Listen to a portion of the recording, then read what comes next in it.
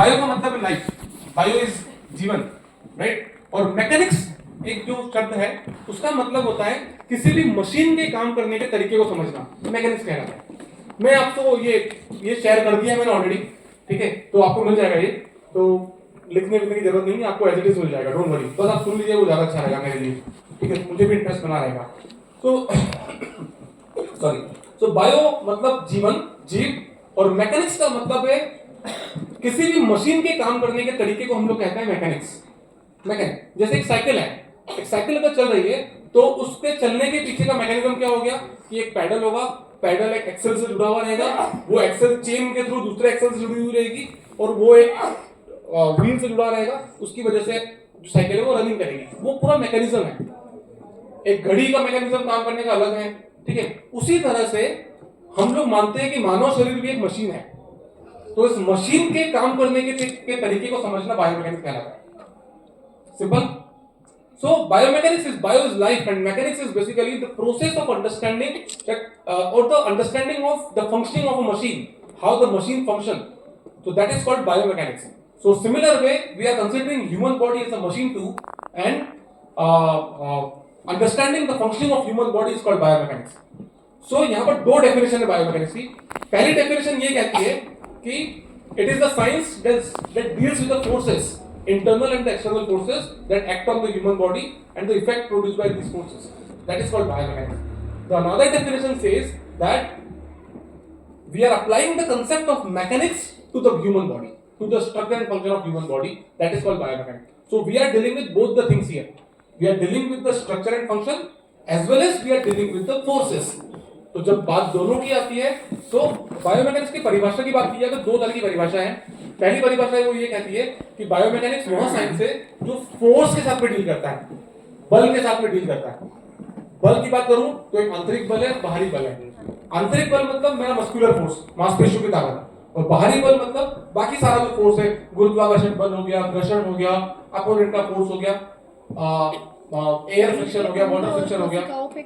Sorry, शरीर के अंगों और कोशिकाओं पे काम करता है बायोमैकेनिक्स। बायोमैकेनिक्स एग्जैक्टली वही करता है, बिल्कुल शरीर के पूरे शरीर में ही काम करता है इन शॉर्ट, राइट। सो वो हो गया जो फोर्स के साथ में डील करता है, दैट इज बायोमैकेनिक्स। दूसरी परिभाषा है वो ये कहती है कि अध्ययन का वह क्षेत्र जहां पर हम लोग मैकेनिक्स के नॉलेज को, मैकेनिक्स के ज्ञान को शरीर के स्ट्रक्चर और फंक्शन पे लगाते हैं। तो अल्टीमेटली अगर बात की जाए तो शरीर का स्ट्रक्चर और फंक्शन मतलब क्या होता है, वो एक साइंस होता है जिसको हम कहते हैं काइनेसोलॉजी। काइनेसोलॉजी एक विज्ञान है जिसका मतलब है कि शरीर के कैसे आपके शरीर की बनावट है, कैसे आपका शरीर काम करता है, इसका एनाटॉमी वगैरह सब इसमें आ जाता है, राइट। तो उसको हम कहते हैं काइनेसोलॉजी। अगर काइनेसोलॉजी के अंदर मैं मैकेनिक्स के नॉलेज को ऐड कर दूं तो उसको मैं कहूंगा बायोमैकेनिक्स। तो अल्टीमेटली हम यहाँ पर कुछ नया काम नहीं कर रहे हैं, जो आप मूवमेंट कर रहे हो उसी मूवमेंट को हम सिंप्लीफाई तरीके से समझा रहे हैं, दैट इज बायोमैकेनिक्स। क्लियर है। तो अल्टीमेटली बात की जाए तो एक मूवमेंट साइंस है जहां पर हम लोग मूवमेंट को स्टडी कर रहे हैं, राइट। अब आपके लिए कैसे यूजफुल होगा बायोमैकेनिक्स वो मैं समझाता हूं थोड़ा। देखिए अल्टीमेटली आप में और हम में कॉमन चीज है, कॉमन चीज ये है कि हम लोग डील कर रहे हैं मूवमेंट्स के अंदर। आप भी बॉडी मूवमेंट कर रहे हो, हम भी बॉडी मूवमेंट को स्टडी कर रहे हैं, ये सबसे कॉमन लिंक है जो आपको हमको कनेक्ट करता है, ठीक है। अभी इसमें स्टडी क्या करना है, इसमें अध्ययन क्या करना है, तो इसमें अध्ययन सब कुछ करना है। बायोमैकेनिक्स एनालिसिस का एक सिंपल सा प्रिंसिपल ये होता है कि आप मूवमेंट को तोड़िए और उसको एनालिसिस करिए। The simplest way of doing the biomechanical analysis is just bifurcate the movement into the segment and analyze them. अब कैसे करेंगे बाइफरकेट? फॉर एग्जांपल मैं भी योगासन से हटकर एग्जांपल देता हूं। जैसे मान लीजिए कि मैं जेवलिन थ्रो की बात करता हूं, ये समझाने के लिए इजी है थोड़ा, इसलिए जेवलिन थ्रो की बात करता हूं। तो जेवलिन थ्रो में हम देखेंगे तो क्या करता है, एथलीट दौड़ के आता है, एथलीट ने जेवलिन के लिए पोजीशन बनाया और उसने फेंक दिया, ये एक सिंगल मूवमेंट है। बट उसको अगर आप मेरे नजरिए से देखेंगे, बायोमैकेनिक्स के नजरिए से देखेंगे, तो उसमें रनिंग एक पार्ट है, अलग पार्ट है, एथलीट ने पोजीशन लिया वो अलग पार्ट है, दो थ्रो के लिए पोजीशन में आया तीसरा पार्ट है, थ्रो किया वो चौथा पार्ट है, और फॉलो थ्रू किया वो पांचवा पार्ट है। मतलब मैंने पूरे के पूरे मूवमेंट को 5 अलग अलग सेगमेंट में डिवाइड कर दिया। इससे मुझे फायदा क्या मिलेगा? फायदा उससे ये मिलेगा, एज अ कोच मैं सबसे पहले तो रनिंग के लिए प्रिपेयर करूंगा बंदे को। सबसे पहले कि मुझे दौड़ना कैसे, मैं वो सिखाऊंगा। फिर मैं सेकंड स्टेप सिखाऊंगा उसको कि आपको इस पोजीशन में क्रॉस ओवर बोलते हैं उसको, क्रॉस ओवर पे कैसे आ रहे हो आप। फिर मैं क्या करूंगा, थर्ड पोजीशन को सिखाऊंगा। फिर मैं क्या करूंगा, 1 2 और 3 को मिक्स कर दूंगा। फिर मैं फोर्थ को सिखाऊंगा, फिफ्थ को सिखाऊंगा, मैं फिर उनको मिक्स कर दूंगा। तो अल्टीमेटली मुझे फायदा ये मिल रहा है कि मुझे इतने बड़े मूवमेंट की जगह एट ए टाइम मुझे सिर्फ छोटे छोटे मूवमेंट पे काम करना है।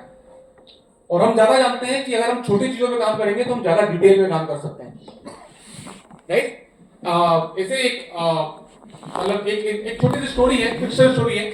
वो ये है कि मान लीजिए कि एक एथलीट था, एक स्विमिंग कोच है जो आर्टिस्टिक स्विमिंग सिखाते हैं कि आप ऊपर जाइए प्लेटफॉर्म पे, वहां से जंप लगाइए स्विमिंग पूल में जाइए, ठीक है।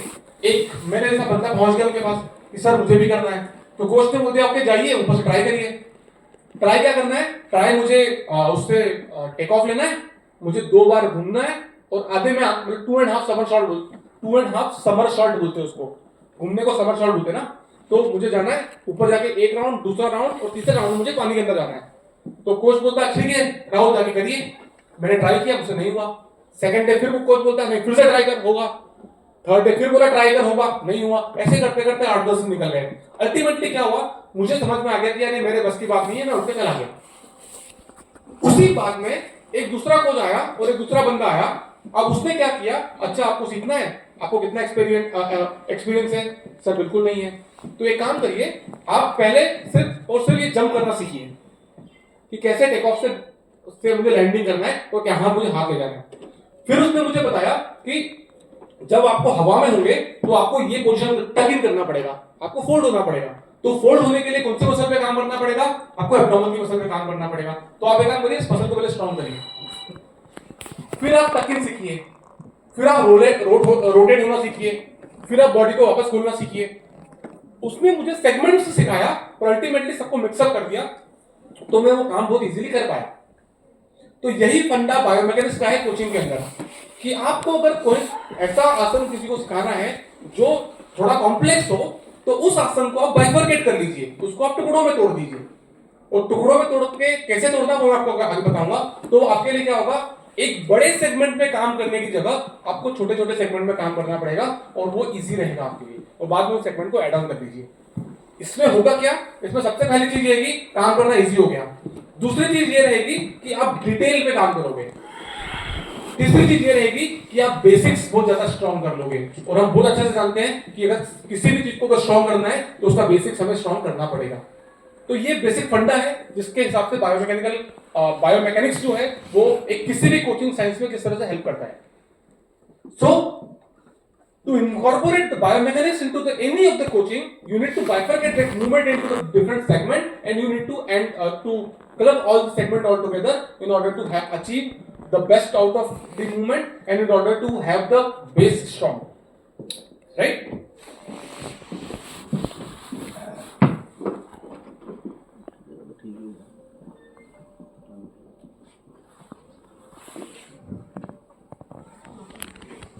So ऐसे जब ब्रॉड स्पेक्ट्रम देखा जाए, मोटे तौर पर देखा जाए, तो बायोमैकेनिक्स के अंदर जैसे मैम ने बताया कि सब कुछ आ जाता है, ठीक है। तो मैं यहाँ पर अपने बोन्स की भी स्टडी करूंगा, मैं यहाँ पर लिगामेंट की स्टडी भी करूंगा, मैं यहाँ पर अपने मसल्स की भी स्टडी करूंगा, मैं मूवमेंट की भी स्टडी करूंगा, सब कुछ आ जाता है, सब कुछ, राइट। पर मैं इसको थोड़ा और सिंप्लीफाई करने की कोशिश करूंगा कि आपको अगर बायोमैकेनिकल एनालिसिस करना है तो सबसे पहले हमको हमारा शरीर समझना पड़ेगा, सबसे पहले बॉडी को समझना पड़ेगा कि हमारा बॉडी क्या है, शरीर क्या है। तो हमारे शरीर का स्ट्रक्चर समझना पड़ेगा कि हमारे शरीर के अंदर अगर मोटे तौर पर देखा जाए तो एक हड्डी का ढांचा है जिसको हम स्केलेटल बोलते हैं, उसके ऊपर मसल्स लगे हुए हैं, वो मसल कॉन्ट्रैक्ट करते हैं जिसकी वजह से मूवमेंट होता है। सिंपल सी चीज है, राइट। तो अब हमें ये देखना पड़ेगा कि कौन सा जॉइंट पे कौन सी मसल काम कर रही है, पहली चीज, वो मसल किस तरह से काम कर रही है, उस मसल को और एफिशिएंट कैसे बनाया जा सकता है। ये पहला काम है, काम करने का तरीका। बायोमैकेनिक्स में दूसरा पर्सपेक्टिव आता है, वो आता है इंजरी प्रिवेंशन पर्सपेक्टिव, जिसमें मैं इसके बाद में आऊंगा, राइट। तो उसके लिए बेसिक चीज हमको समझनी पड़ेगी कि हमारी बॉडी के अंदर जॉइंट्स कौन से होते हैं, किस तरह के जॉइंट मूवमेंट होते हैं, जॉइंट्स की लिमिटेशन क्या है। जब तक हम शरीर की लिमिटेशन को नहीं समझेंगे तब तक हम इंजरी से नहीं बच पाएंगे। हमको इंजरी, हमारा कई बार क्या होता है कि हाँ कुछ नहीं होता है, हो जाएगा, ऐसा नहीं होता है कि ऐसा कैसे नहीं होता, हम करके दिखाएंगे। ये विल पावर होता है, कभी कभी काम कर जाता है, पर मैक्सिमम तौर पर ये काम नहीं करता है। यहाँ पर हम लोग इंजरी को बुलावा देते हैं और वो लिमिटेशन हमें समझनी पड़ेगी कि हमारी बॉडी की लिमिटेशन क्या है। उसको समझने के लिए बॉडी को समझना जरूरी है। तो शुरुआत की बात करें कि अगर हमें एनालिसिस करना है, ठीक है, मैं पहले वाला एग्जांपल से लेता हूं। पहला जो एग्जांपल है ट्रायंगल पोज, ठीक है, वहां से अगर एग्जांपल लेता हूं कि मुझे इसकी पर्टिकुलर एनालिसिस, मुझे किसी बंदे को ट्रायंगल पोज के लिए रेडी करना है, तो मुझे ये देखना पड़ेगा कि बॉडी मूवमेंट्स पहले कौन कौन से हो रहे हैं। तो अगर मैं लोअर बॉडी से बात करूं तो आप देखें तो लोअर बॉडी में हिप जो है वो बाहर की तरफ जा रहे हैं। इसका मतलब इसको क्या बोलते हैं, एब्डक्शन। पता है नहीं पता मूवमेंट्स? तो अभी देखना हिप जो है वो बाहर की तरफ जा रहे हैं। अब बाहर की तरफ जा रहे हैं तो उसके लिए कौन सी मसल रिस्पॉन्सिबल होगी? ऑब्वियसली बाहर वाली। तो मुझे हिप एब्डक्टर्स को स्ट्रांग करना पड़ेगा। अगर मेरे हिप एब्डक्टर स्ट्रांग है तो ये जो मसल है यहां पर बड़ी आसानी से आ जाएगी। But on the other hand इसको यहां रखने के लिए मुझे अंदर वाली मसल को भी स्ट्रांग रखना पड़ेगा, अदरवाइज यहां वो बैलेंस पे नहीं रहेगा। तो मुझे एडक्टर्स पे भी काम करना पड़ेगा। तो अल्टीमेटली मुझे हिप की मसल्स पे एब्डक्टर और एडक्टर को स्ट्रांग करना पड़ेगा, राइट। उसके बाद में अगर आप देखें तो नी स्ट्रेट है, तो नी स्ट्रेट है मतलब एक्सटेंशन है, एक्सटेंशन मतलब क्वाड्रिसेप पे काम करना पड़ेगा। तो मतलब इस पोजीशन पे आने के लिए मेरे हिप की दो मसल्स, मेरे क्वाड्रिसेप की मसल, ठीक है, मुझे साइड में बैंड होना है। अब साइड में बैंड होना है तो ऑब्वियसली बात है जो मस्कुलेचर साइड वाले मस्कुलेचर होंगे वो मुझे स्ट्रांग रखने पड़ेंगे, अदरवाइज मैं साइड में बैंड हो ही ना पाऊंगा। उसके बाद में अगर बात की जाए तो शोल्डर की, तो शोल्डर को मुझे एब्डक्शन करना है, बाहर की तरफ करना है। तो बाहर करने के लिए मुझे डेल्टॉइड मसल को स्ट्रांग करना पड़ेगा। तो ये छोटे छोटे कंपोनेंट में किस तरह से हम लोग डिवाइड कर सकते हैं। इसके बाद में अगर मैं इन सारी मसल को प्रैक्टिस शुरू करता हूं, उसके बाद में फॉर एग्जांपल मैं आपके पास आता हूं, मुझे कुछ नहीं आता है, तो पहले आप मुझे बताइए कि आप इस पैर को यहां रख के मुझे बैलेंस में कैसे रहना है। फिर आप मुझे बताइए इस पोजीशन में जाकर मैं साइड बेंडिंग जो है वो किस तरह से एग्जीक्यूट कर पाऊं। उसके बाद में मुझे बताइए कि मैं शोल्डर को किस तरह से एग्जीक्यूट कर पाऊं, और लास्ट में सबको क्लब कर दीजिए। तो आपके लिए सिखाना बड़ा आसान हो जाएगा। आपको एट अ टाइम पूरा मूवमेंट एक साथ नहीं सिखाना है। अगर पूरा मूवमेंट हम एक साथ सिखाना चाहेंगे तो जो एथलीट है, जो प्लेयर है, उसको अगर कर लेगा तो अच्छी बात है, पर इनकेस नहीं कर पाएगा तो कॉन्फिडेंस की कमी आना शुरू हो जाती है। और उस कॉन्फिडेंस को फुलफिल करने के लिए मेरे ख्याल से ये तरीका जो है वो बहुत सिंपलेस्ट और बहुत इजी, मतलब कारगर तरीका भी है। सेकंड पोज की बात की जाए तो सेकंड पोज में चाइल्ड पोज है।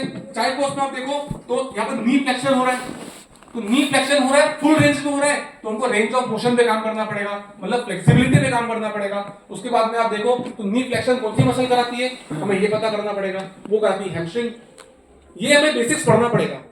बेसिक्स ये पढ़ना पड़ेगा कि कौन सा जॉइंट है, वहां पर कौन सी मसल्स काम कर रही है, राइट। अगर मुझे हैमस्ट्रिंग को इतना फ्लेक्सिबल करना पड़ेगा, क्वाड्रिसेप को इतना फ्लेक्सिबल करना पड़ेगा कि मेरा नी जॉइंट जो है वो फुल रेंज में चला जाए, ठीक है। अभी आप मुझे बोलोगे करने के लिए तो मुझसे नहीं हो पाएगा, ऑब्वियसली, क्योंकि फ्लेक्सिबिलिटी नहीं है इतनी।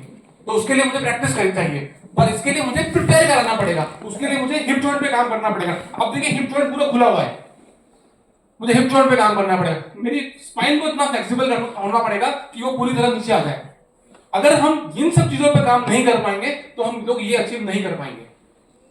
आपको सिर्फ पूरे के पूरे मूवमेंट को बाइफरकेट करना है, बस आपको तोड़ना है। आप तोड़िए और easy, this is the easiest biomechanics जो आप कोई भी कर सकते हो, सबसे इजी बायोमैकेनिक्स है। और इसके लिए करना कैसे है, एनालिसिस के लिए बायोमैकेनिक्स में सिंपलेस्ट एनालिसिस होती है वीडियो एनालिसिस। आप किसी भी पोस्ट का, आपको मान लीजिए किसी को एनालिसिस भी करना है, ठीक है, आप मैं कुछ पोस्ट कर रहा हूं और आपको एनालिसिस करना है, तो आप उसका वीडियो बनाइए साइड पोस्ट से। मैं अगर यहाँ पे मान लीजिए कुछ एक्शन कर रहा हूं तो आप साइड से उसका वीडियो बनाइए और वीडियो बनाकर उसको स्लो मोशन में देखिए। You just make a video of any of the movement and watch that into the slow motion. So if you do this practice, I'm sure that you will be in a position to identify the key factors, that what exactly is happening one after the other. And if you identify that, note down the things, so that now work on one thing by like in the sequence. So आपको क्या करना होगा, उस video को slow motion में देखना होगा और स्लो मोशन में देख के आपको आइडेंटिफाई करना होगा कि की फैक्टर्स कौन कौन से हैं, जिनको हम बोलते हैं केपीआईज, की परफॉर्मेंस इंडिकेटर्स। उस परफॉर्मेंस को इंडिकेट करने के लिए कौन कौन से की फैक्टर्स हैं उन पर हमको काम करना पड़ेगा। तो आपके पास में एक लिस्ट तैयार होगी, आपको ये प्रैक्टिस सिर्फ एक बार करना है और आपके नोट्स रेडी करने हैं। अब ये प्रैक्टिस आपके पास हमेशा होगी। अच्छा चाइल्ड पोस्ट, अच्छा उसके लिए मुझे ये काम करना है, अच्छा ट्राइंगल पोस्ट, उसके लिए मुझे ये काम करना है। आपके पास ऑलरेडी सब कुछ डायरेक्टली रेडी है। This is one time practice. ये सिंपलेस्ट बायोमैकेनिक्स जो आप कर सकते हो बिना किसी इक्विपमेंट के। Everyone is having mobile with them, सबके पास में है, राइट। और सब उसके कैमरे को अच्छी तरह से यूज करना जानते हैं, तो क्यों ना इस पर्पस के लिए यूज करें हम, राइट? इसके अलावा अगर और प्रैक्टिस करना है तो थोड़ा और डिटेलिंग करना है तो there is a software called Kinovea. एक सॉफ्टवेयर है उसका नाम है किनोविया, KINOVEA, किनोविया। ये फ्री ऑफ कॉस्ट अवेलेबल है विंडोज सेटअप पर। मोबाइल एप्लीकेशन नहीं है ये डेस्कटॉप पे है, विंडोज पर। किनोविया, KINOVEA। ये वीडियो एनालिसिस की एप्लीकेशन है और इसके बड़े सारे यूट्यूब ट्यूटोरियल्स अवेलेबल हैं। आप वीडियो को इस पे अपलोड करिए और इसको फ्रेम बाय फ्रेम एनालिसिस करिए, आप एंगल निकालिए, आप स्पीड निकालिए, बहुत कुछ कर सकते हो उसमें आप, बहुत कुछ, राइट? अभी थर्ड पोज आप देखो तो सेम चीज है। थर्ड पोज के लिए मुझे क्या करना पड़ेगा? मुझे एक तो बैलेंस पे काम करना पड़ेगा, पहली चीज। मुझे फ्लेक्सिबिलिटी पे काम करना पड़ेगा, हिप की रेंज को इंप्रूव करना पड़ेगा, मुझे हाथों की रेंज पे काम करना पड़ेगा। तो इस तरह से हम लोग एक एक पोज, आप लोग इस पे ज्यादा एक्सपर्ट हो, मैं इस बायोमेट्रिक्स पे एक्सपर्ट हूं, आप लोग बड़ी आसानी से पता लगा सकते हो कि किस पोस्ट में मुझे किस तरह का काम करना है। तो सबसे पहले एनालिसिस जो हम करेंगे वो होगी जॉइंट एनालिसिस, जो अभी मैंने बात की है कि कौन से मूवमेंट में कौन सा जॉइंट काम कर रहा है, और उस जॉइंट को फंक्शनिंग को इंप्रूव कराने के लिए हम पहुंचेंगे सेकंड एनालिसिस में, वो है मस्कुलर एनालिसिस, कि उस जॉइंट पे को ठीक से काम करने के लिए मुझे कौन सी मसल्स पे काम करना है। यहां तक क्लियर है? So the first thing that you need to do is to do the analysis of the joint, right? For which particular pose, which all joints are getting moved. The second analysis is the muscular analysis, where we need to identify for proper functioning of this particular joint, which all muscles need to be worked on. अभी muscles के दो तरह के काम होते हैं, एक काम करना, दूसरा कंट्रोल करना। Now you need to understand both the things. अभी यहाँ पर जो काम है मसल का, वो कंट्रोल करना है, इस पोजीशन को, पोज को यहाँ पर कंट्रोल करना है, तो we need to understand that as well, right? Muscle पे आ रहे थे हम लोग, क्योंकि जॉइंट के बाद में सेकंड स्ट्रक्चर मसल होता है, तो मसल को भी थोड़ा सा समझना जरूरी होता है कि मसल काम कैसे करती है। तो मसल जो है वो बेसिकली एक स्ट्रक्चर होता है जिसको सार्कोमियर कहते हैं, वो बेसिकली इस तरह से जुड़ा हुआ रहता है, इस तरह से जुड़ा हुआ रहता है। मैं यहाँ समझाना जरूरी है क्योंकि ये बहुत प्रॉब्लम है जो कि मैंने देखा है कि जो योगा प्रैक्टिशनर, जो नए योगा प्रैक्टिशनर होते हैं, उनमें ज्यादा इशू आता है। इशू अगर आप शायद, अगर मैं गलत हूं तो आप बताइएगा, कि मसल क्रैम्प, मसल पुल होना, ये कई सारे इश्यूज क्रिएट होते हैं, राइट? मैं थोड़ा सा टाइम लूंगा ऑफ टॉपिक जाकर इसके बारे में बताने के लिए कि ये इस तरह कैसे बच सकते हैं, ये होता क्यों है, फिर ये बताऊंगा आपको। तो बेसिकली होता क्या है कि आपकी मसल जो है वो इस तरह से अरेंज है, मसल के फाइबर जो है ना वो क्रिस क्रॉस ब्रिज करके अरेंज होते हैं, ठीक है? अब ये नॉर्मल मसल है, ये नॉर्मल मसल है। अब जब मैं मसल को शॉर्टनिंग कर रहा हूं, ये मसल शॉर्ट हो रही है, फिर ये मसल लेंथन हो रही है, राइट? तो शॉर्टनिंग के लिए क्रॉस ब्रिज आगे की तरफ चले जाते हैं, तो मसल की लेंथ छोटी हो गई, ठीक है? अभी ये बाहर की तरफ आए तो मसल की लेंथ फिर बड़ी हो गई, वापस नॉर्मल आ गए। तो मसल के अंदर प्रॉपर्टी होती है कि मसल शॉर्ट भी हो सकती है, मसल वापस नॉर्मल भी आ सकती है, और मसल और लंबी भी हो सकती है, इलास्टिसिटी भी है, राइट? तो ये जो फंक्शनिंग है मसल फाइबर की, ये जो फंक्शनिंग है मसल फाइबर की, इस तरह की क्रॉस ब्रिज, राइट? ये जो क्रॉस ब्रिज फंक्शनिंग है, ये cross bridge function normal muscle के काम करने के लिए जरूरी है, जरूरी है। अब देखिए एक प्रॉब्लम आती है मसल पुल। अभी मसल पुल टेक्निकली क्या होता है, आप ये मसल है, इस मसल में अंदर गया तो मसल पुश हो गया, मसल पुल हो गया, मसल पुश, मसल पुल हो गया, पर वापस से पुश नहीं हो पा रहा है, तो यही है, दैट इज कॉल्ड मसल पुल। अब ये हो क्यों रहा है ये बताता हूं। क्या होता है कि जब मसल्स बॉडी के अंदर होती है तो बॉडी के अंदर बहुत सारा लिक्विड होता है, फ्लूइड होता है। ये जो फ्लूइड होता है इसके अंदर बड़ा सारा इलेक्ट्रोलाइट्स होते हैं, सोडियम होता है, पोटेशियम होता है, कैल्शियम होता है, बड़े सारे इलेक्ट्रोलाइट्स होते हैं, राइट? अब ये जो इलेक्ट्रोलाइट्स होते हैं ये नॉर्मल, ये एज ए लुब्रिकेंट काम करते हैं, जैसे मशीन के अंदर ऑयल काम करता है ना, वैसे काम करते हैं। तो अगर ये है तो नॉर्मल फंक्शनिंग है। आपने ये बात भी गौर किया होगा कि क्रैम्प, मसल पुल तब होते हैं जब हम डिहाइड्रेटेड होते हैं, या फिर तब होते हैं जब हम बहुत ज्यादा थक चुके होते हैं। थक चुके हैं मतलब हमारी बॉडी से वाटर लॉस हो रखा है, हमारी बॉडी से इलेक्ट्रोलाइट लॉस हो रखे हैं, ठीक है? तो इसलिए पहली चीज इंडिकेशन ये होती है कि हम अपनी बॉडी को हाइड्रेटेड रखें, हम इलेक्ट्रोलाइट्स को मेंटेन करके रखें। जैसे ही क्रैम्प होता है हम लोग क्या करते हैं, हम लोग होते हैं स्ट्रेचिंग कर लेते हैं, उससे ठीक होगा। तो हमने क्या किया, स्ट्रेचिंग करके क्या किया, स्ट्रेचिंग करके जो पुल था, पुल को पीछे खींचा तो उससे धक्का लगा, पीछे खींचा धक्का लगा और वो नॉर्मल हो गया। नॉर्मल की तरह मशीन जो काम करती है, राइट। अगर ये आगे नहीं जा रहा है तो मैं क्या करूंगा, पीछे से फिर धक्का लगाऊंगा, पीछे से फिर धक्का लगाऊंगा, तो अल्टीमेटली पीछे से धक्का लगा के वापस से फंक्शन शुरू कर दी। फिर हम क्या बोलते हैं, अब जाके पानी पीजिए बहुत सारा। पानी से क्या होगा, पानी से वाटर लेवल तो आएगा और साथ में इलेक्ट्रोलाइट्स भी आ जाते हैं जो पानी वाले, वो उस फंक्शनिंग को नॉर्मल करेंगे, राइट। तो अगर आपको पहली चीज कि अगर आप लॉन्ग टर्म के लिए काम कर रहे हैं तो मेक श्योर कि वाटर इनटेक नॉर्मल रखें, क्योंकि वाटर लॉस होगा तो इलेक्ट्रोलाइट लॉस हो गए और ये मसल की फंक्शनिंग नॉर्मल नहीं होगी,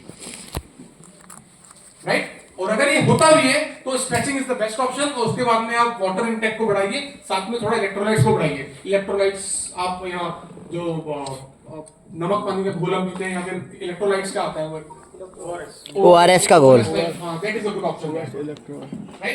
ग्लूकोज। तो यहाँ बेसिकली बताने का मेरा मकसद ही वो था, क्योंकि मसल पुल बहुत बेसिक चीज है जो एक्चुअली मैंने बताया नहीं, पर मैं ड्वेल क्वालिफाइड हूँ, मैं फिजियोथेरेपिस्ट भी हूँ और मैं बायोमेकेनिस्ट भी हूँ।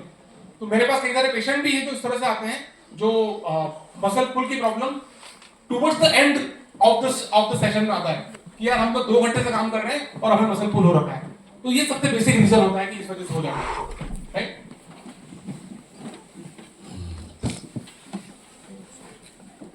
उसके बाद में मसल इंजरीज, मैंने कहा था हम 2 तरह से काम करते हैं, एक तो बायोमेकेनिक्स फंक्शनिंग के लिए, दूसरा इंजरी प्रिवेंशन। तो मैं दोनों के साथ में काम कर रहा हूं। फिर दूसरा क्या होता है कि मसल की जो फंक्शनिंग है वो एक अलग तरीके से होती है कि 2 मसल ग्रुप हमेशा साथ में काम करता है। अभी ये 2 मसल ग्रुप कौन सा हो गया, अपोजिट मसल ग्रुप, जैसे बाइसेप्स ट्राइसेप्स, जैसे क्वाड्रिसेप्स हैमस्ट्रिंग, ये हमेशा साथ में काम करता है। अगर मुझे बाइसेप्स को छोटा करना है तो बिना ट्राइसेप्स के लंबा हुए मैं छोटा नहीं कर सकता हूं। मुझे अगर एक तरफ की मसल को छोटा करना है तो जब तक पीछे वाली मसल लंबी नहीं होगी तब तक आगे वाली छोटी नहीं हो सकती, सीधी सी बात है, राइट। तो इस मसल को टेक्निकली हम लोग कहते हैं एगोनिस्ट और एंटागोनिस्ट। एगोनिस्ट मतलब वो मसल जिस पर हम काम कर रहे हैं, एंटागोनिस्ट मतलब उसके अपोजिट मसल जो उसको रोक रही है, बेसिकली अल्टीमेटली वो रोक रही है। अगर वो नहीं रोकेगी तो नुकसान हो सकता है, राइट। तो अभी क्या होता है कि दोनों मसल की स्ट्रेंथ का जो रेशियो है वो जरूरी होता है इंजरी से बचने के लिए। मैं फिर से एग्जांपल लेता हूं मसल पुल का। अभी मसल पुल और क्यों हो रहा है, पहला रीजन मैंने बता दिया कि इलेक्ट्रोलाइट लॉस हुआ, बता दिया। अब दूसरा रीजन मैं और बताता हूं कि क्यों हुआ। हम लोगों को पता है कि मैक्सिमम मसल पुल की इंजरी कहां आती है, हैमस्ट्रिंग में।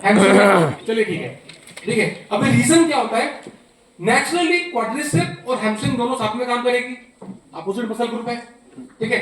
पर नेचुरली क्वाड्रिसेप ज्यादा स्ट्रॉन्गर होती है हैमस्ट्रिंग से, नेचुरली ज्यादा स्ट्रॉन्गर है, ठीक है। पर कितनी स्ट्रॉन्ग, ये सवाल उठता है। मान लीजिए कि बहुत ज्यादा स्ट्रॉन्ग है। अगर मान लीजिए कि मैं हूं हैमस्ट्रिंग और ये भाई साहब है क्वाड्रिसेप्स, मान लीजिए हम दोनों दूसरे को खींच रहे हैं, ठीक है। तो अल्टीमेटली क्या होगा, जो स्ट्रॉन्गर है वो दूसरी वाली मसल को खींच लेगा। तो क्या होगा, क्वाड्रिसेप ज्यादा स्ट्रॉन्गर थी, उसने हैमस्ट्रिंग को अपनी तरफ पुल कर लिया, अपनी तरफ खींच लिया, तो हैमस्ट्रिंग पुल हो गई। तो हैमस्ट्रिंग पुल का मेजर रीजन क्वाड्रिसेप का ओवर स्ट्रॉन्ग होना या फिर हैमस्ट्रिंग का कम स्ट्रॉन्ग होना है। तो आपको ये रेशियो मेंटेन करना जरूरी है कि दोनों मसल को हम लोग, क्योंकि हमारी टेंडेंसी होती है कई बार कि हम लोग जिस मसल से काम करते हैं हम उसको ज्यादा स्ट्रॉन्ग करते हैं, दूसरी मसल को हम लोग छोड़ जाते हैं। और यहाँ पर जो दूसरी मसल है वो काम करती है कंट्रोल का। मैं क्यों बता रहा हूँ ये बातें, क्योंकि पर्टिकुलरली आपके फील्ड में, योगा के फील्ड में आपको काम करना तो ठीक है, पर आपको मसल को कंट्रोल कराना ज्यादा जरूरी है, क्योंकि आपको पोज को होल्ड करना होता है। अब होल्ड करना इट्स लाइक बेसिकली कंट्रोल, इसको बोलते हैं eccentric strength. Eccentric strength, concentric strength मतलब काम करना, इसेंट्रिक मतलब उस मसल को कंट्रोल करना।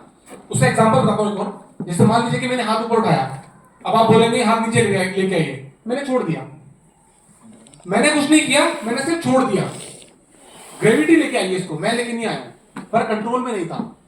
अगर मुझे कंट्रोल में लाना है ना तो मुझे काम करना पड़ेगा। अभी मेरी मसल काम कर रही है और इस स्ट्रेंथ को मैं कहता हूं इसेंट्रिक स्ट्रेंथ। ये सिंपल सा उसका ऐसा तरीका है, अगर मैं जंप कर रहा हूं ऐसे, तो अगर मेरी कंट्रोल अच्छा नहीं है तो मैं बिल्कुल ऐसे जंप करूंगा जिसमें मुझे झटका लगेगा। अगर मेरी मसल के अंदर सेंट्रिक स्ट्रेंथ अच्छी है, कंट्रोल अच्छा है, तो मैं बिल्कुल सॉफ्ट लैंडिंग करूंगा जिसकी वजह से मुझे झटका नहीं लगेगा। तो अल्टीमेटली ये आपकी कार के शॉकअप जैसा है। अगर कार के अंदर शॉकअप अच्छा है तो फोर्स एब्जॉर्ब अच्छा होता है, आपको गड्ढे नहीं लगेंगे। मेरी शॉकअप अच्छे हैं, मतलब मेरी इसेंट्रिक स्ट्रेंथ अच्छी है, तो मुझे झटका नहीं लगेगा, मैं फोर्स को एब्जॉर्ब कर लूंगा। और उससे अल्टीमेटली होगा क्या? Injury prevention, right. तो बायोमैकेनिकल एनालिसिस में सबसे पहला कांसेप्ट था जॉइंट के एनालिसिस और दूसरा कांसेप्ट था आपका मसल के एनालिसिस, राइट।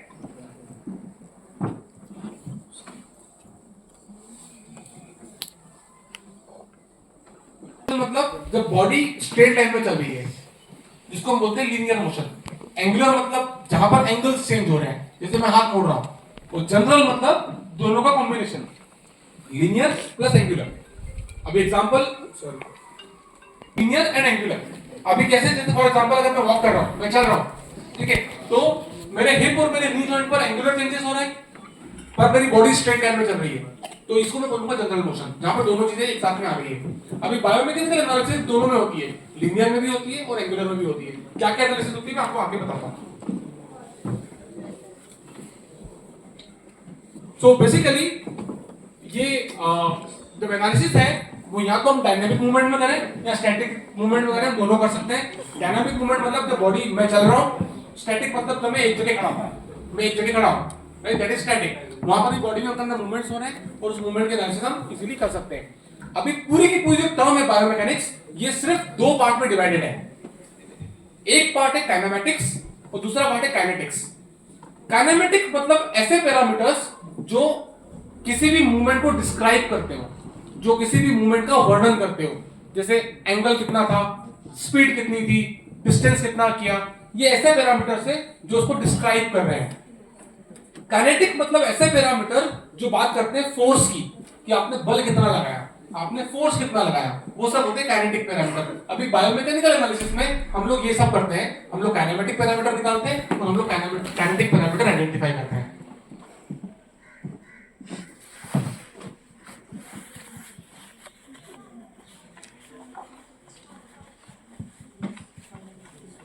तो अगर मुझे वॉकिंग की एनालिसिस करना है फॉर एग्जांपल, तो अगर मैं एंगल्स निकाल रहा हूं, मैं डिस्टेंस निकाल रहा हूं, मैं टाइमिंग निकाल रहा हूं, तो ये सारे पैरामीटर होते हैं काइनेमेटिक पैरामीटर। वही बात कर रहा हूं मैं फोर्सेस की, कि मुझे कितना फोर्स लगा, वो सारे पैरामीटर्स होते हैं काइनेटिक पैरामीटर्स।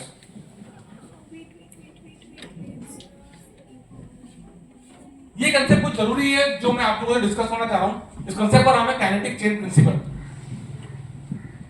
मैंने बताया दो चीज है, हम लोग बायोमैकेनिक्स में हम लोग मूवमेंट के साथ, मूवमेंट कैसे हो रहा है वो चेक करते हैं, कैसे इंप्रूव किया जा सकता है वो चेक करते हैं। और सेकंड चीज बताया था मैंने कि इंजरी प्रिवेंशन पे हम लोग काम करते हैं। तो ये बहुत इंपॉर्टेंट पैरामीटर है जो इंजरी प्रिवेंशन पे काम करता है। इस कंसेप्ट का नाम है काइनेटिक या फिर काइनेमेटिक चेन प्रिंसिपल। अभी ये प्रिंसिपल क्या कहता है? ये प्रिंसिपल ये बोलता है कि हमारी बॉडी मल्टी सेगमेंटेड बॉडी है, अलग अलग सेगमेंट बने हुए बॉडी के अंदर, और हर सेगमेंट दूसरे सेगमेंट से जुड़ा हुआ है। जैसे मेरा फुट जो है वो मेरे पैर से जुड़ा हुआ है एंकल के थ्रू, एंकल जो है वो थाई से जुड़ी हुई है नी जॉइंट के थ्रू, थाई जो है वो हिप से जुड़ी हुई है, हिप जो है वो बाकी स्पाइन से जुड़ा हुआ है, स्पाइन जो है शोल्डर से जुड़ा हुआ है। इस तरह मेरी सारी की सारी बॉडी आपस में कनेक्टेड है। अगर एक किसी भी सेगमेंट में प्रॉब्लम होती है तो वहां पर चांसेस है कि वो दूसरे सेगमेंट को अफेक्ट करे, दूसरे सेगमेंट पे उसका असर हो। कैसे? मेरे एग्जांपल मान लीजिए कि मेरा कैसे समझाऊं मैं आपको, एक मिनट चलिए, उसके पहले एक और कंसेप्ट बता दूं फिर समझाता हूं मैं। एक कंसेप्ट है जिसका नाम है न्यूटन का तीसरा लॉ, पता है सबको? क्रिया प्रतिक्रिया नियम, एक्शन रिएक्शन, क्रिया प्रतिक्रिया। यस, कि आप जो एक्शन होगी उसका इक्वल एंड अपोजिट रिएक्शन होगा। अभी जब मैं ग्राउंड पे खड़ा हूं तो मेरा फोर्स जो है वो ग्राउंड पे जाता है, मेरा वेट जो है ग्राउंड पे जा रहा है, यस, बदले में ग्राउंड मेरे ऊपर बराबर और इक्वल फोर्स लगाता है। यस।